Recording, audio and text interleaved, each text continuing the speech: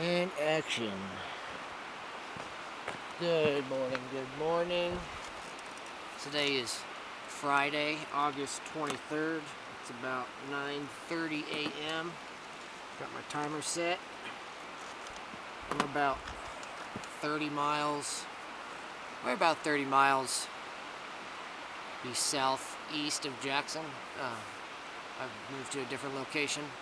So this is probably about 40 miles from where the last two areas that I've recorded from. Just felt like changing it up. Gonna be camping in this area for tonight, anyways. My intention for today is probably I'm gonna try and get about another 3 to 4 hours worth of speaking done. At least throughout the day. I don't know if it'll be consecutively. It kind of just depends on the weather. I think there's a thunderstorm supposed to be rolling in at some point this afternoon. It just kind of depends on the wind. I'm kind of in a little valley right now. I guess I can just move the camera around real quick, just give you guys an idea of what I'm talking about. Let's see. Just keep it on the tripod this time instead of... Alright. We'll just lift the tripod up, I guess. So we got kind of like in a valley area. There's a river right down here. And I'm kind of up on a hillside.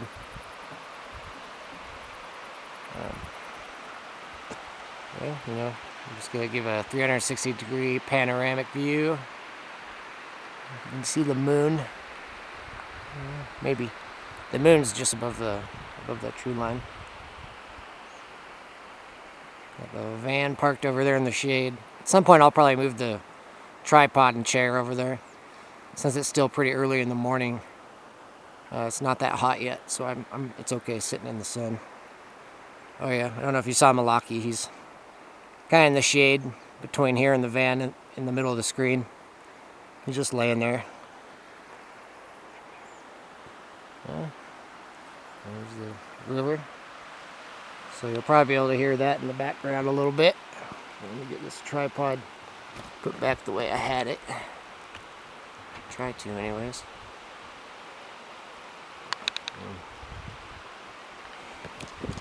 Sorry if the camera's shaky.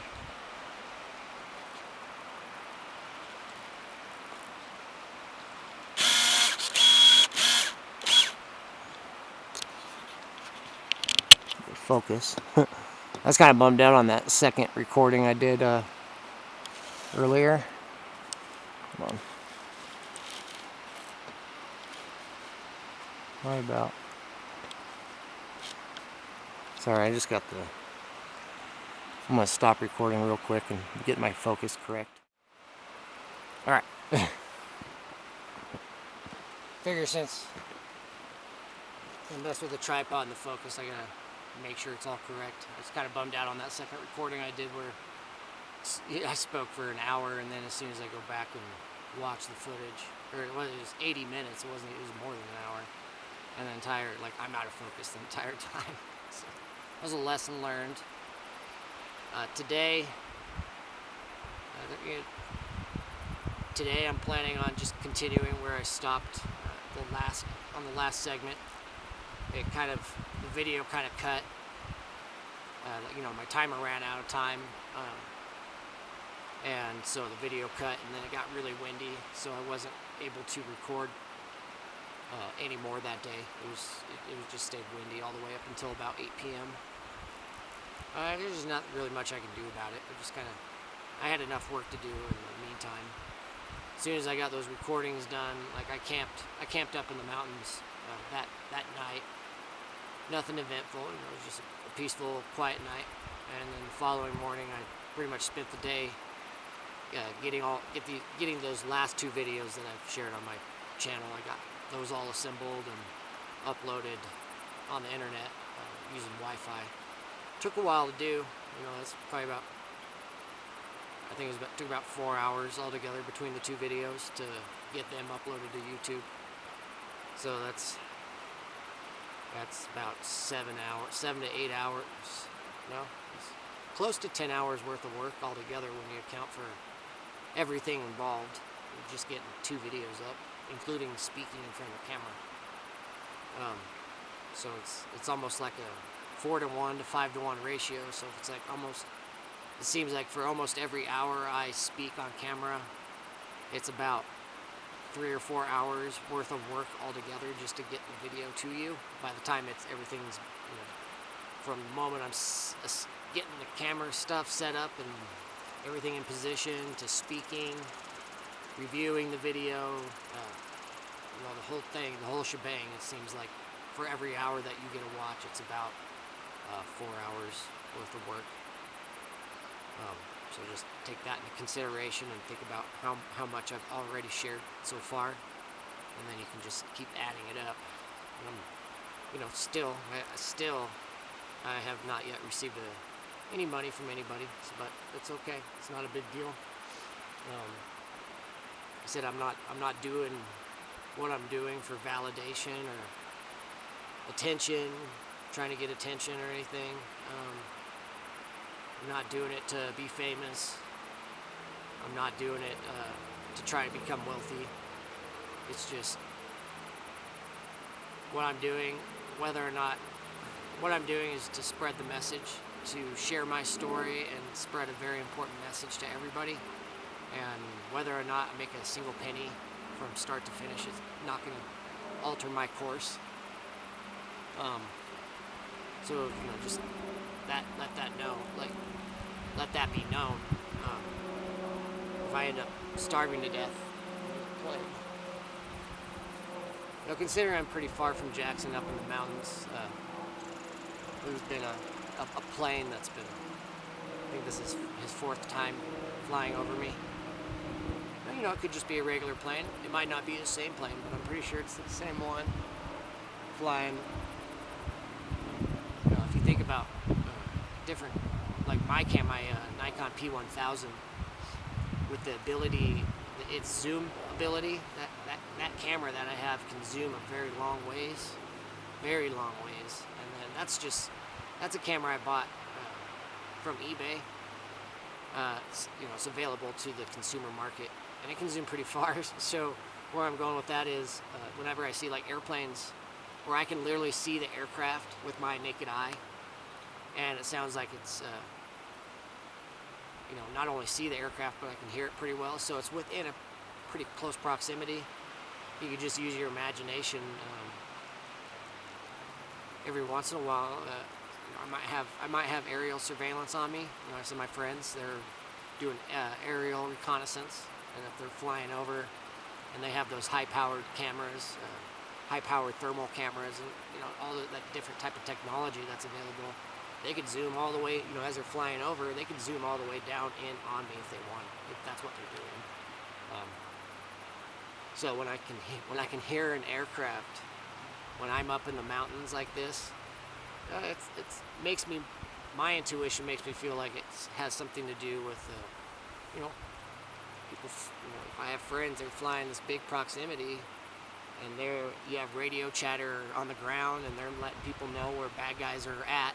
And you could just have aerial surveillance that if you're an enemy that's trying to find me, driving up into the mountains, your focus is pretty much on this, and if you're driving, there's a lot of road noise, so you could have an aircraft just flying really high, flying laps above you, say if you're a bad guy, flying circles around you as you're getting closer, and they're just communicating with the boots on the ground, letting them know what your position is, and as you're getting closer, you're pretty much just walking into a trap, and once you get within a certain proximity, I wrote it on my channel, it's anybody that's coming up here, anywhere I'm at, anybody that's coming towards me with bad intent, with intentions to do harm or gather intelligence to report to people who will later come to do harm, anybody that comes within a certain proximity and they're amongst this bad group, might as well just get your death certificate and sign it, because if I have friends posted up along the road, there's only one road to where I'm at. I just got friends all stationed down this road up this canyon. There's no way you're gonna get close, especially if you got aerial reconnaissance with thermal cameras flying laps around up over here. Just use your imagination. I'm not saying it is, I'm not saying it isn't, but I just find it funny as soon as I arrive up here. I've only been up here for about 40 minutes altogether. As soon as I arrive up here, suddenly there's an aircraft that's already passed over my head 4 times. It's, is that just random people flying around, or does it have anything to do with my situation? Maybe, maybe not. I'm not saying it is, I'm not saying it isn't. With this video, as we proceed forward, today my goal is to eventually begin talking about Las Vegas and DMT and all that. We're really close to that segment of the story, and once we get there, that's when things are going to get, as far as you as a viewer, and depending on how much you know about me, this is when the story really starts getting interesting, to say the least. Depending on what you're aware of in this world, I may start talking about things you have never heard of before, and that the things that I talk about that you may have never heard of before might just sound outright crazy, almost unreal and not true, but I just need you to understand that everything I'm sharing is true as far as what I have experienced and witnessed with my own eyes and heard with my own ears. I've been down a very, very difficult road for a while. It's been like 7 or 8 years of a lot of hardships. So if you can just imagine through this 7 years I've been going through all this, and then take a step back and think about what have you been doing for the last 7 years? Have you been struggling? Have you been fighting, or have you just been out not really paying attention to anything going on in this world? Having fun, distracted with things that don't even matter, entirely focused on a career or a job or anything. It can be anything. Where for the past 7 years you've just been having a leisurely life. You working, paying your bills, and then aside from that, you're just living a leisurely life. What kind of struggles and difficulties and challenges have you had? Have you had a lot, or has it been, pretty easy going for you? Have you been out partying? The last 7 years, have you been going out partying and having a lot of fun with your friends, hanging out with family, all that stuff?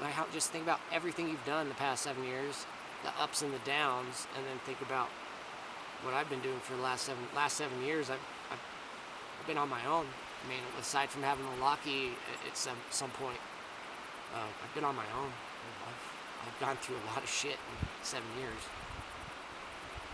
But yeah, so with that said, I'm just kind of going to continue with where I left off. If it ends up getting windy, then I'll stop and maybe relocate. We'll see. It was kind of windy coming in further down the canyon, so I don't know what the weather's going to do today. I can feel the wind hitting my back right now, so I don't know what it's doing to the camera. Just gonna wait just a moment, just in case.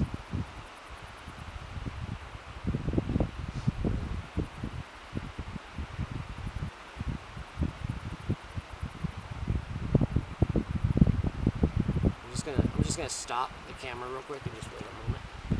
That way I'm not wasting time. Alright. Set this.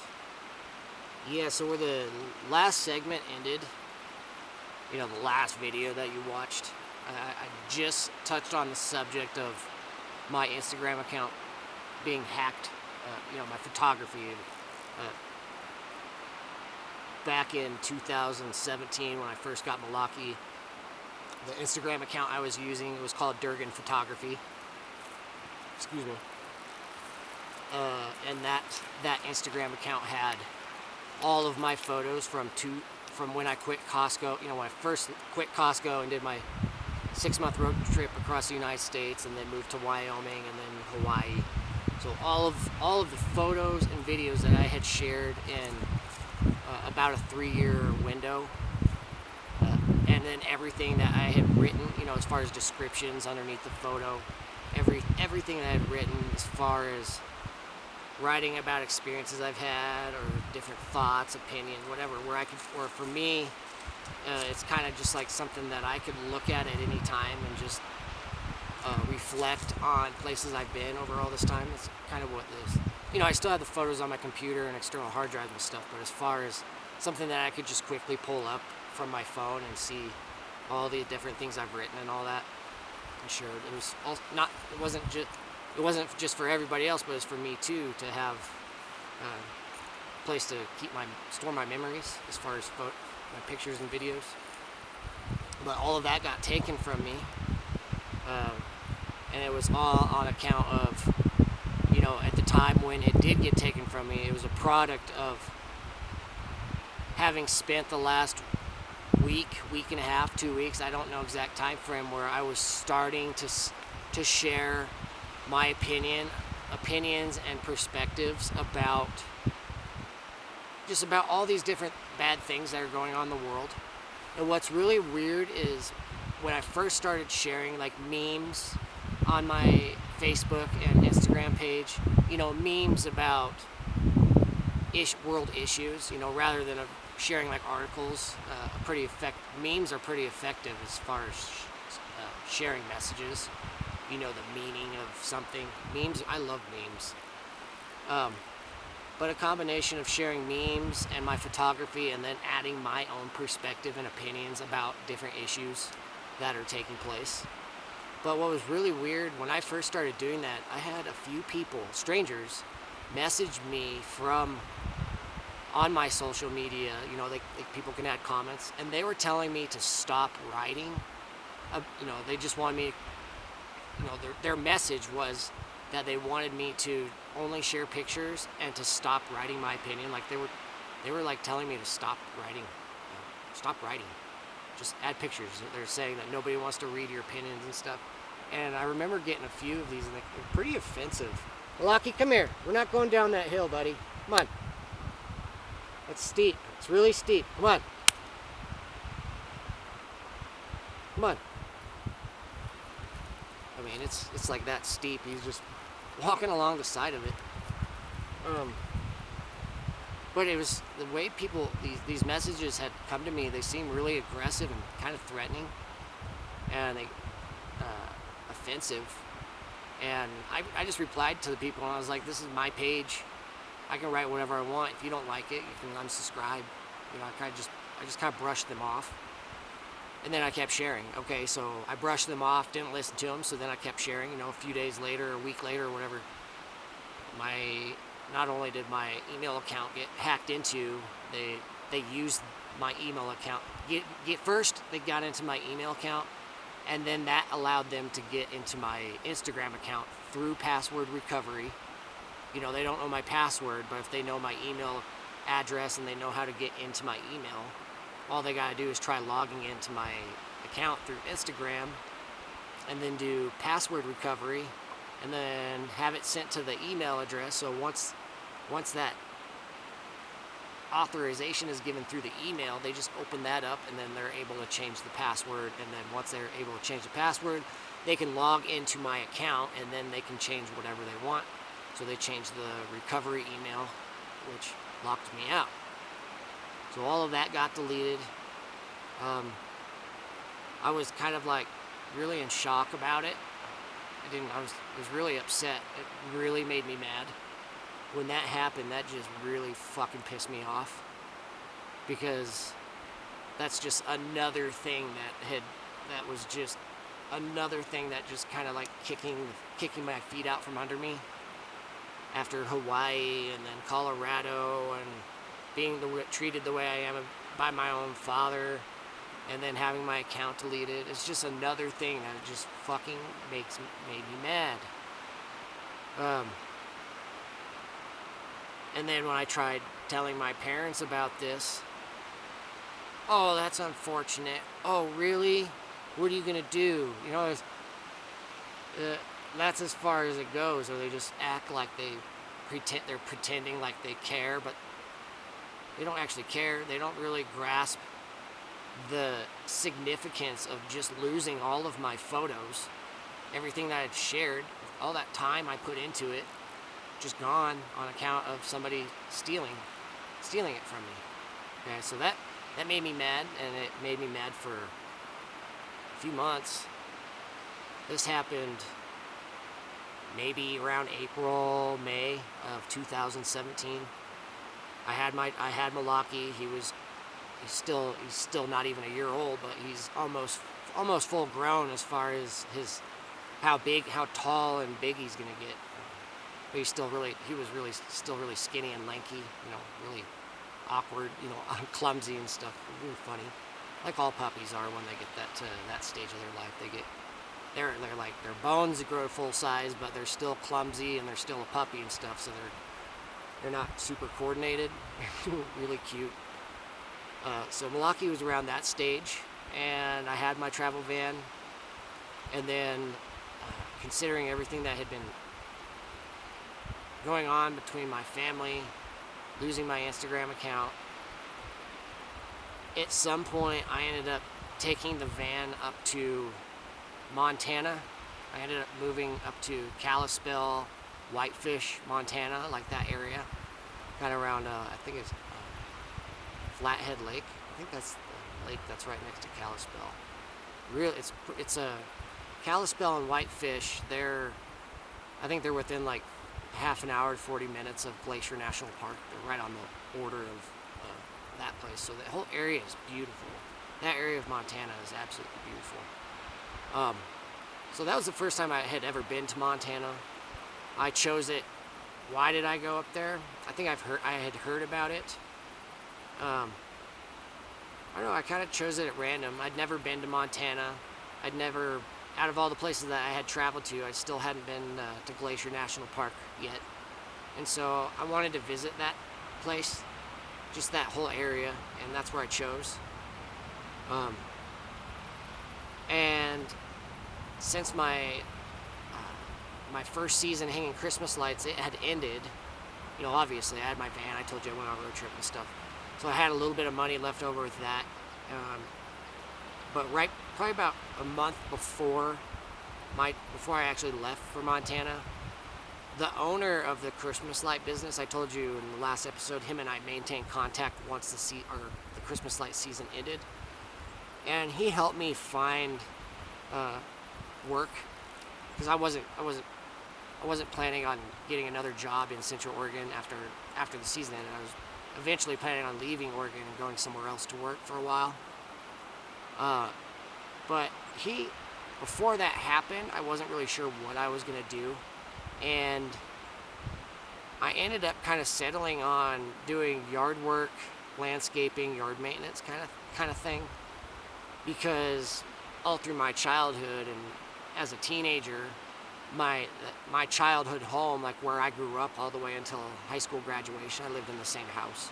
We had a pretty big backyard. We had a lot of trees, and always a lot of yard work, always all year long, either raking up pine needles and pine cones, or in the summertime, just taking care of the yard. Our yard looked like a park, like a city park almost.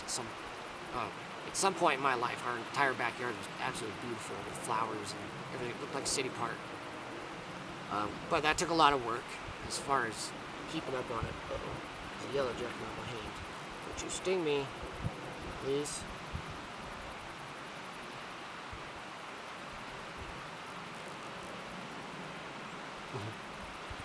Yeah.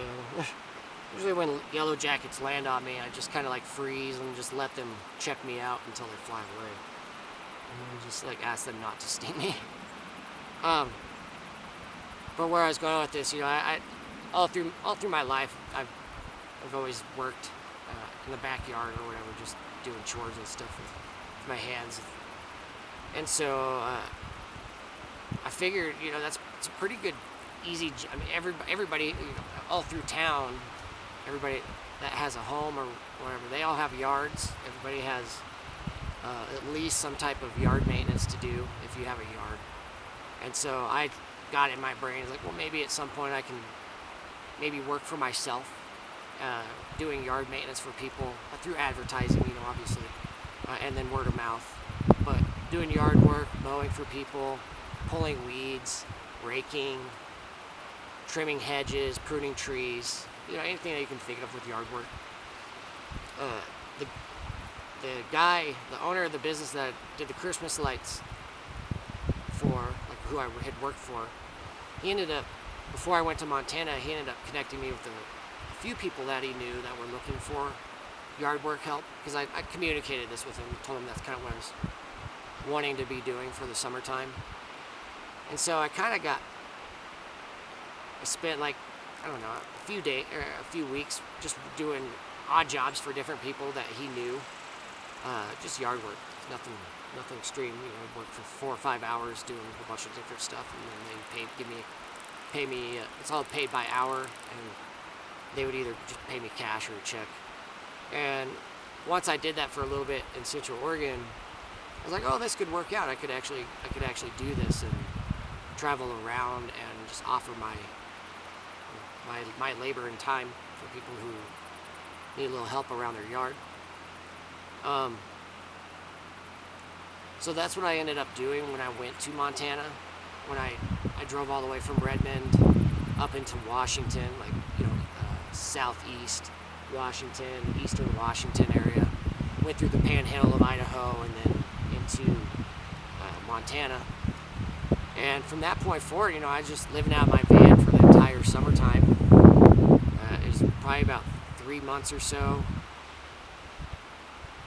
where when I first got there, I had no idea. I was not geographically oriented with anywhere. So it took me a couple weeks to kind of get familiarized with the area and where I was actually, where I wanted to kind of just create a routine for myself. So I'm not just driving all over, burning my fuel and depreciation on the vehicle and all that stuff. So I ended up, my original plan was to stay in Whitefish, but Whitefish isn't a very big community. It's a pretty good size, but it's not that big, and everything's kind of spread out, with exception to, like, downtown. So I ended up migrating a little bit south to Kalispell, and they had everything that I needed in the sense of a larger population. I was able to find work easier. There's a little bit larger grocery stores. Usually in smaller towns, when they only have like a couple, like 1 or 2 grocery stores, the prices are usually a little bit more expensive, especially if it's not like a corporate grocery store. Every time I've been living in the van, I've always been conscientious of how much I'm spending on food and which places I can get more for my dollar. I don't really care as far as diet and stuff. Trying to eat healthy is very expensive, and so I eat according to prices. So things that I eat might not necessarily be healthy or good for me, but considering the circumstance with how effed up everything is in this world, it's all the way down to our food, there's not really much we can do about it. Even people who think that they're, you think that you're eating organic, or you're buying from a Whole Foods store or Trader Joe's, and you're paying premium for food that's considered healthy.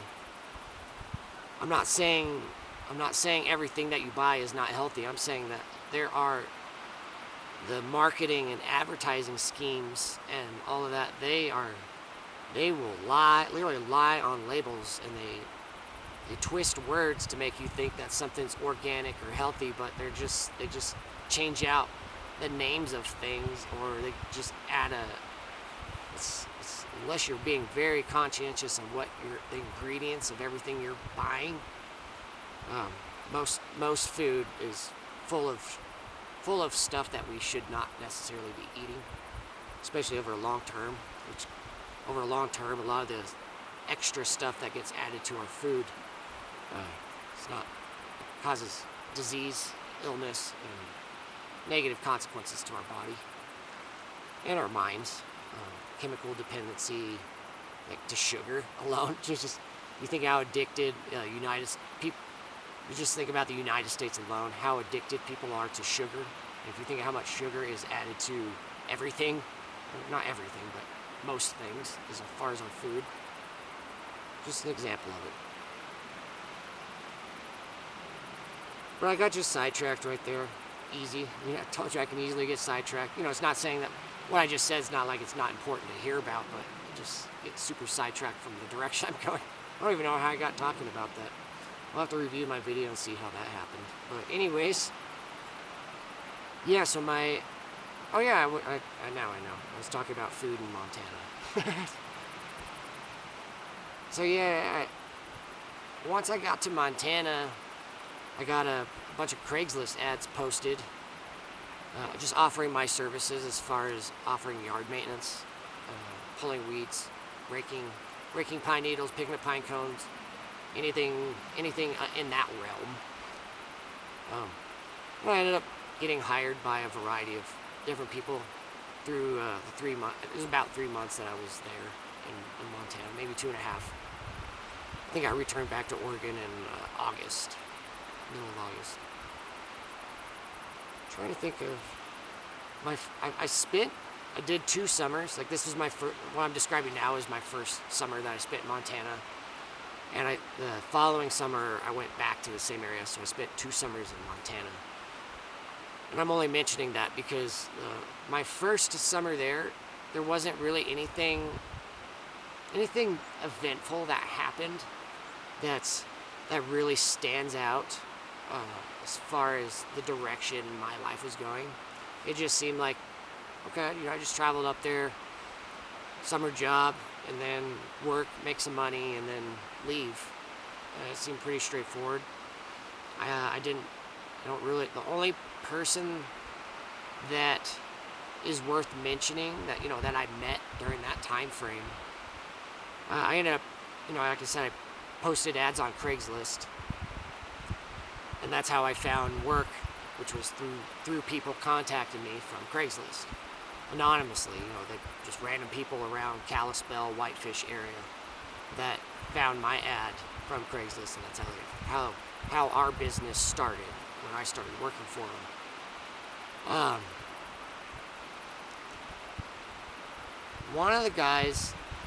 One person that I worked for in the summer, he ended up being a repeat person that I worked for the following summer. And I'm only mentioning him because at the following year, I connected the dots that he was playing a game with me, like he knew who I was, and he was connected to something. I believe he was probably, I don't know if he was one of the bad guys, and his job was to keep me close and wanted to keep eyes on me through my second season there. But us meeting each other, it had began the first summer, and I didn't know it. I just thought he was another person that I met. I forget his name. I don't even remember his name.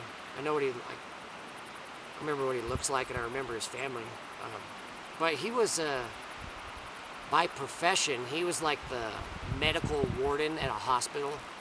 He was like the person, if you think about a hospital, he was like the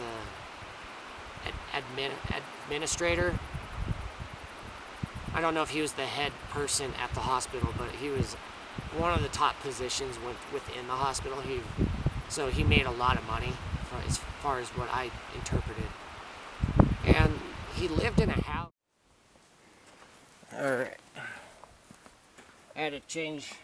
Well, first and foremost, I looked over at my clock and it wasn't counting down. And then I stood up and realized that the camera wasn't rolling anymore. But I only spoke for like 5 minutes or so. But it started getting windy. So obviously I changed location. Just trying to stay out of the wind. Where I had just left off, I also had to take the memory card out of the camera and review on my computer where I had just stopped talking. And I was just about to describe this guy's house, this doctor, medical warden. He wasn't, I don't think, he was not a doctor, he was a medical warden. Like, pretty sure he was in charge of I don't even know. I don't even really remember what he did at the hospital. I just know he was an important person at the hospital in Kalispell. Like above, as far as pay grade, he probably got paid more than doctors. Anyway, he had a family, so he had, I think, 3 or 4 children. One of them was I think a daughter that was, she might have been like a little over 18, around there. And then she had, or they had, he was married, so he had a wife. And they had a son who was probably about 11 or 12. Another daughter who was probably about 10. And then they had probably like a 2-year-old, I think. I think there's just 4 children. But they lived in some type of, it's probably like a 100-year-old Victorian, over a 100-year-old house. It was like some type of Victorian manor or something, and it was in downtown, near downtown Kalispell. And he hired me to pretty much fix up their entire yard. Like, they didn't have any fence. Like, their house was right on the corner, like in the neighborhood, and their house was right on a corner. And 3 sides of their house was just, they had no fence separating the front yard or backyard. It was just a yard that went around the entire house, and then on just one side they had a neighbor, and then it was an alleyway. But they hired me to do all the they already had everything landscaped, but I had to go through all of their landscaping and pull all their weeds, trim all their bushes and hedges. And they kept me employed. I ended up working for this guy probably 2/3 of my summer. I ended up working at his house like 5 hours, between 4 and 5 hours every single day, 5 days a week, Monday through Friday. And they would pay me cash or check at the end of every day, and they just kept wanting me to come back. I wasn't charging nearly as much as I should have per hour, but I wasn't really up there to make a lot of money. My first season there, I wanted to have a lot of fun in Montana. I wanted to go do a lot of exploring and not get too consumed with work, because Malaki was still a puppy, and a lot of my time was going towards raising him and trying to teach him and get him and I on the same page. But he's a puppy, and I told you the first year and a half having him was not easy. He was a challenge. Despite how he looks as a cute, adorable dog, he's got a very strong personality, even when he was young, and it was a lot of work having him as a puppy while living in the van. But I ended up working for this medical warden guy for the hospital in Kalispell at his house for probably about 2 months or so, and then I eventually returned back to Oregon. I think one of the craziest things that happened during that summer I spent there, it entirely has to do with Malaki. Whenever I was working at that guy's house, I was working on having, like, Malaki was usually out of the van with me, and I would just have him tied up to a tree limb or a limb of some hedge or something, so he's leashed up.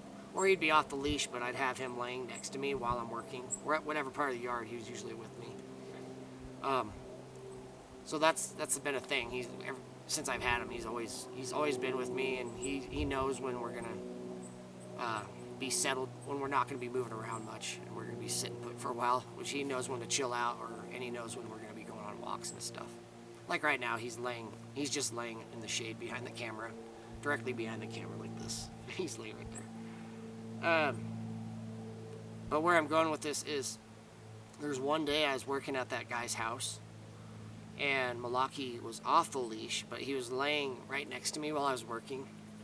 And you know how I said this guy's house was in a neighborhood. It's just a long road with houses in all directions. Just a nice, really nice, quiet neighborhood. Really, really pretty neighborhood with really big trees.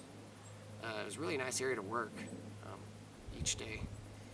But there's one morning, Malaki was just laying next to me. I don't know if he obviously not really asleep because he was paying attention. But across the road, somebody was walking. Somebody was walking on the sidewalk on the other side of the road, and there was a dog walking next to him, or walking next to the person. I think it was a female. I don't think it was a guy, but there was a dog walking next to this person on the other side of the road, and it wasn't on a leash. And before I could, by the time I looked over my shoulder and noticed them, by the time I realized that, oh shit, there's a dog. I need to get control of Malaki. But before I could grab him, Malaki took off across the road after that dog. And, and they run and meet up with each other, like sniff each other. Well, it's windy. Got wind.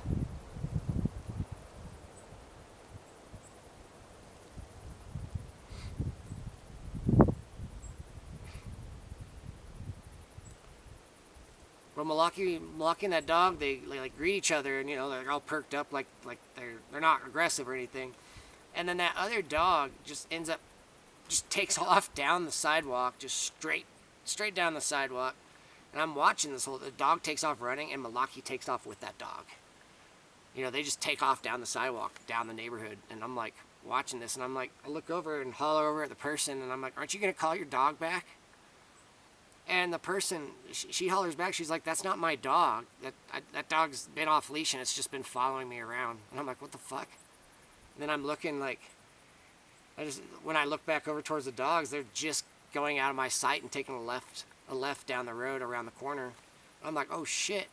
So I just drop all my stuff and take off running down the road after them because I don't know where they're going. They're just bolting it down the road, right? Or down this neighborhood.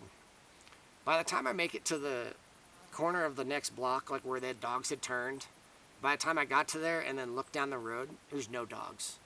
No Malaki, no other dog, no idea where they went. And I take off running maybe another block or two, like yelling for Malaki, and he's gone. I'm like, oh shit. Have no idea what direction they went. No sign of them. I can't hear the dogs. Nothing. They're just gone. And I'm like, what the fuck just happened? And I'm like getting a state of panic. I'm like, did I just lose Malaki? And so I end up running all the way back to the house where I was working at. And I jump in my van and I just take off down the road in the direction of where I thought the dogs went. And I ended up driving around for probably 10 or 15 minutes around this neighborhood area, just gradually making my... I was just gradually getting further and further away, going back and forth, just looking for any sign of Malaki. At some point, I ended up calling the owner and told him that I had left the house and told him why. I said, I just took off, Malaki's gone, and if you end up seeing him, give me a call and let me know. That way, if he ends up coming back, I need to know that he's there. But I told him I was out and about looking for Malaki. And the owner said he said he would. And then, I was driving around. I don't even know how long I was driving around. Not super long, between like 15, 20 minutes. At some point, I just started having a panic attack, thinking that that might have been it. That I might not ever see Malaki again. And I was like, all it takes is either he runs out in the road and gets run over. If I don't even know how far he went, but if he just kept chasing that dog, there's a whole bunch of different possibilities that could happen. A, he could just get hit by a car running across the road, or at some point, if he doesn't get hit by a car, at some point, however far he runs, somebody might see him, and then they will call for him, and maybe he'll come to him, and then they'll just take him. All of a sudden somebody takes my dog, or anything any kind of nightmare scenario where Malaki just disappears and I don't ever see him again. That was all going through my brain, and I was like freaking out. And then at some point I ended up praying. I literally prayed. I asked God bring my dog back. Like, I'm serious. For real. I started praying, like, out loud. I believe it was probably out loud, but I was like, ask for Malaki back.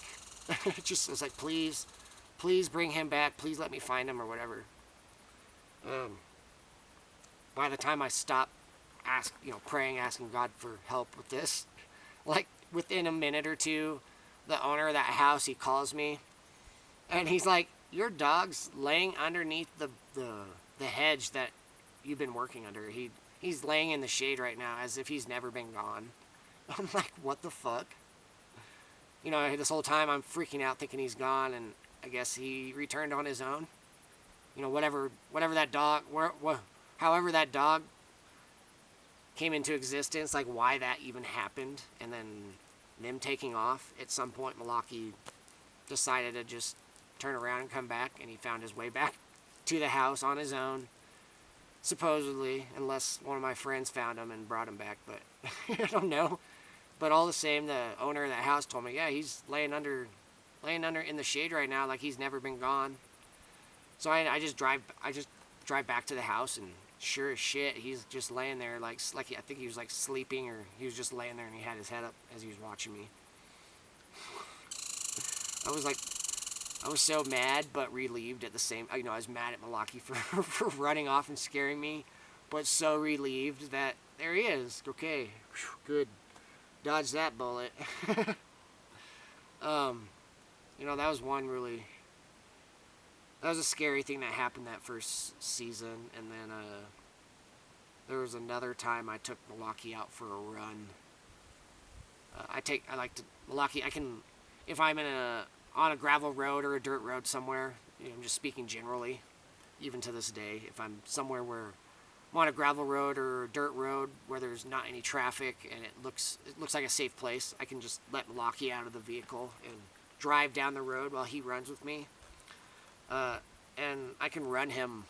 He'll just run next to the vehicle. He'll stop and pee and smell things every once in a while, but I can run him between 2 and 4 miles if the road's good, if there's if the road's long enough and there's no traffic or anything. That summer, that first season in Montana, there was one day I took him for a run down some gravel road. I'd been down it once or twice before, so I was familiar with it, and I hadn't seen any traffic there. So I just kind of figured it might be a safe place to let him out. So I let him out, and I had let him been running for about half mile, 3/4 of a mile, and then we came upon some little creek, a creek that was right next to the road. And Malaki stopped and went down to the creek to get a drink and kind of waded into the water. So I'm sitting there in my van just waiting on him, and as I'm sitting there waiting on him down in the bushes, so he's on the other side of the road. I'm on this side of the road, and then you got the oncoming lane this way, and he's on the other side, down this little ditch and some tall grass and this creek. And as I'm sitting there, I look ahead, and all of a sudden there's some truck comes out of nowhere, and he's flying down the road probably like 40 miles an hour. And I'm just immediately, I'm like, oh shit, this is not a good scenario. He's just flying down the road, closing distance quick, and I'm just sitting there, right, just waiting for Malaki. He's young. Malaki's young, so he's not gonna be as aware as he is now. There's a chance that he could just run up at any time and not listen to me yelling at him. But this truck's coming at me really fast, even though I'm sitting there. There's no reason for him not to know why I've stopped, but he's not slowing down. And I'm just thinking he's gonna run over Malaki as soon as Malaki decides he's ready to start running again.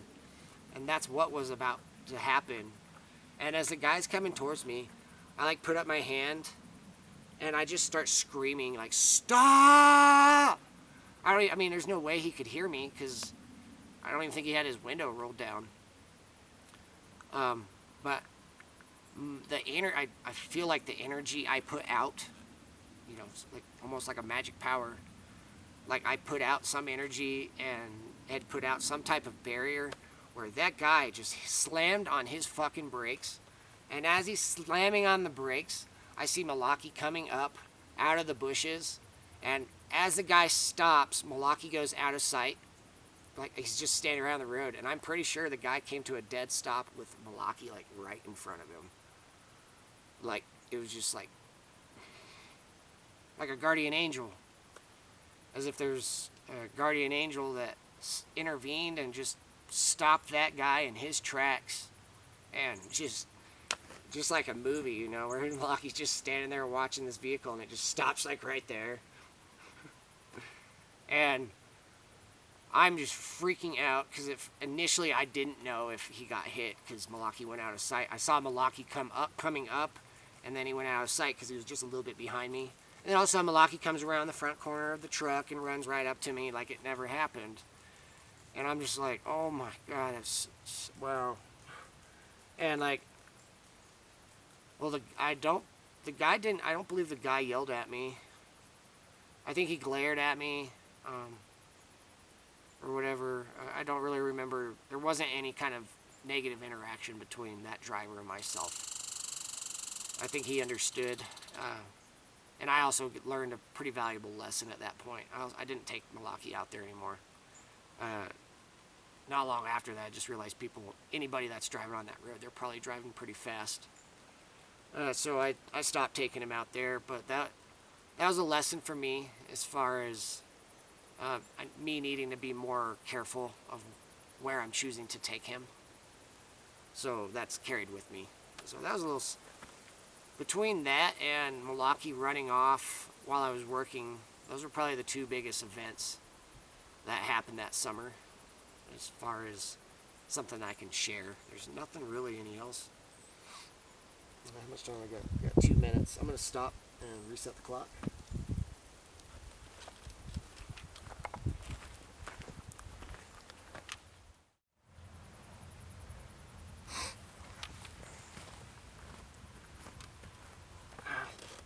At some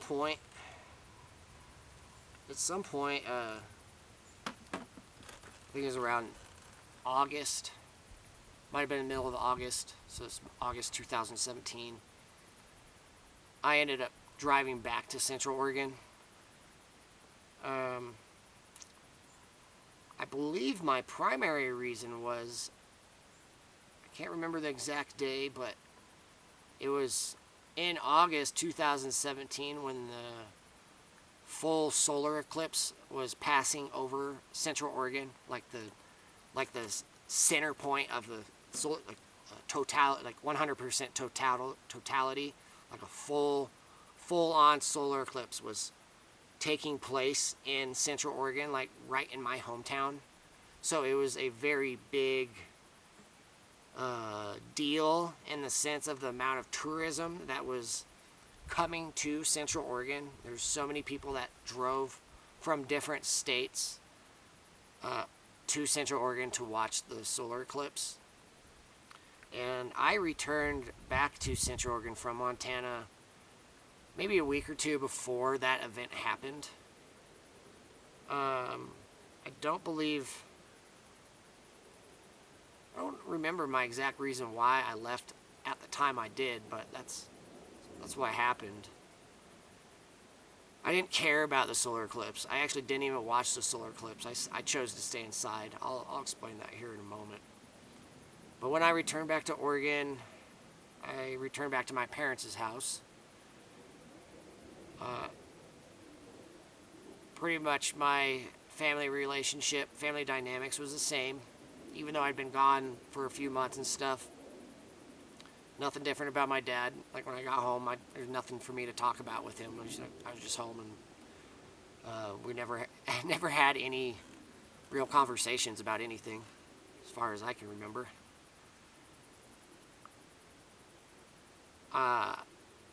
Since my Instagram and social media account had been deleted that past April, I had pretty much stopped using social media. I don't think I created a new Instagram account, at least for like 4 or 5 months. I just stopped sharing on social media because I was just kind of mad and angry and frustrated that I'd lost all that work. So what's the point of making a new one and starting over, knowing that somebody can just hack my account again and do it again and just keep destroying my stuff. I was pretty bitter about that.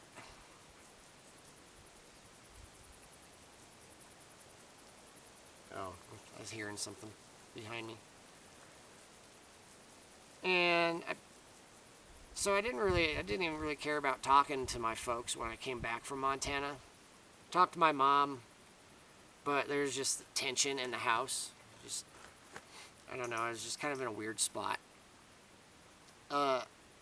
Since I told you I worked 3 seasons hanging Christmas lights, and because I still had about a month and a half before my second season would begin, where we would start our early installations, I had pretty sure about a month to just goof off around Central Oregon or work, whatever I wanted to do. And I ended up contacting the owner of the Christmas light business when I returned back to Central Oregon and asked if he knew anybody that needed help with anything.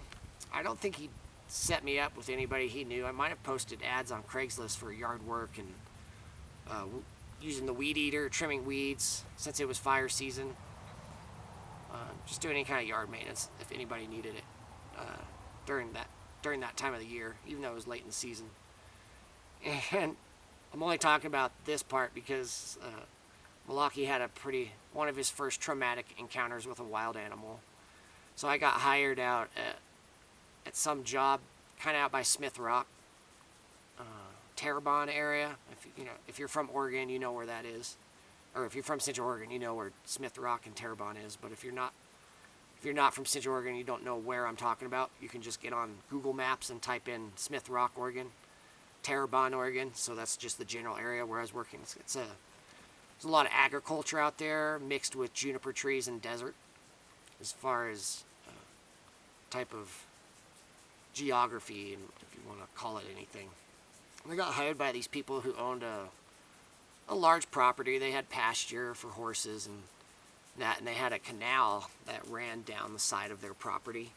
And they hired me to come out there and use a weed eater and trim all the weeds and tall grass along the canal line. I believe it was to just try to tidy up that area, because they would drive their vehicles and ATVs up and down that path, and it was getting overgrown, and they just wanted it cut down. And so Milwaukee was pretty much coming with me everywhere I went, even on my jobs. If it wasn't hot, he would either just stay in the vehicle, or I would let him out, and he'd either be tied up to something on his harness and leash. He'd just have to sit in place while I was working. But if I got the owner's permission and it was safe, I would allow him to be off leash, and then while I worked, he could roam around. My overall goal was letting him off leash as much as possible. That way, over a period of time, at some point, he would be good off leash, like he is now. He's not on leash. He knows to stay with me, and the only way that this has been possible now is after a lot of hard work. But at that point in time, he wasn't there yet. So whenever he was off leash, like he was good for a while. But then when I turned my back, next thing I know, he's gone, out exploring somewhere, and he's just a long ways away, and I have to find him. It's not like he's running off and trying to disappear. He's just exploring, and has gotten too far because he's following his nose. But anyway, so we go to this job out kind of by Smith Rock area, and the people who hired me, they got me all lined up, showing me all the areas that they wanted me to weed eat. It was going to take me probably about 4 hours to do it. And so it is probably from their house, it was probably about a 5-minute walk through their property to get to the first area. Milwaukee, come here. Hey, come here. We're not wandering off. Probably about a 5-minute walk to the area where I was going to start trimming weed, using the weed eater by their canal. And they said that it was okay if Milwaukee ran around and was off leash. They never mentioned anything that, snakes or anything dangerous that I would need to be aware of, or any reason why it wouldn't be a good idea for him to be out there. Okay, cool. I'll just let him off leash and, let him play in the canal or run around in the grass pasture area. I'll keep an eye on him. So I ended up I start getting to work, and I'd been working probably maybe an hour. Milwaukee, come here. Hey. Hey, come here. Come here.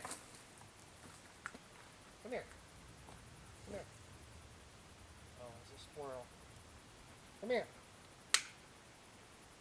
Come here.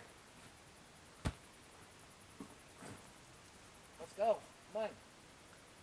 Dude.